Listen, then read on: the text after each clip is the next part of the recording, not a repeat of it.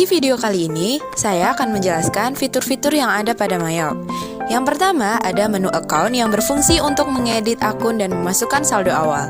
Nah, di account sendiri ada beberapa fitur. Yang pertama ada account list yang digunakan untuk mengedit dan melihat daftar akun. Yang kedua ada record journal entry yang digunakan untuk mencatat jurnal umum atau ayat jurnal penyesuaian. Yang ketiga ada transaction journal yang digunakan untuk melihat transaksi jurnal.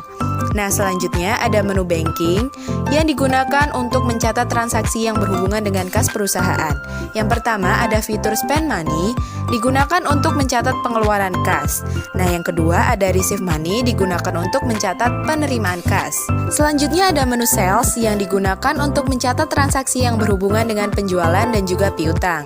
Yang pertama ada fitur sales register yang digunakan untuk melihat daftar transaksi yang berhubungan dengan penjualan.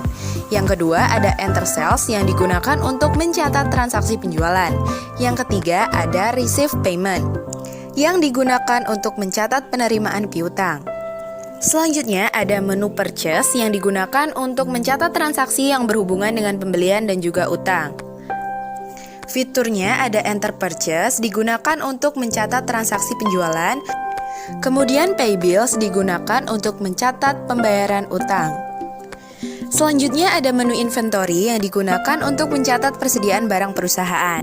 Nah, fitur-fiturnya ada set item price yang digunakan untuk menetapkan harga jual suatu barang.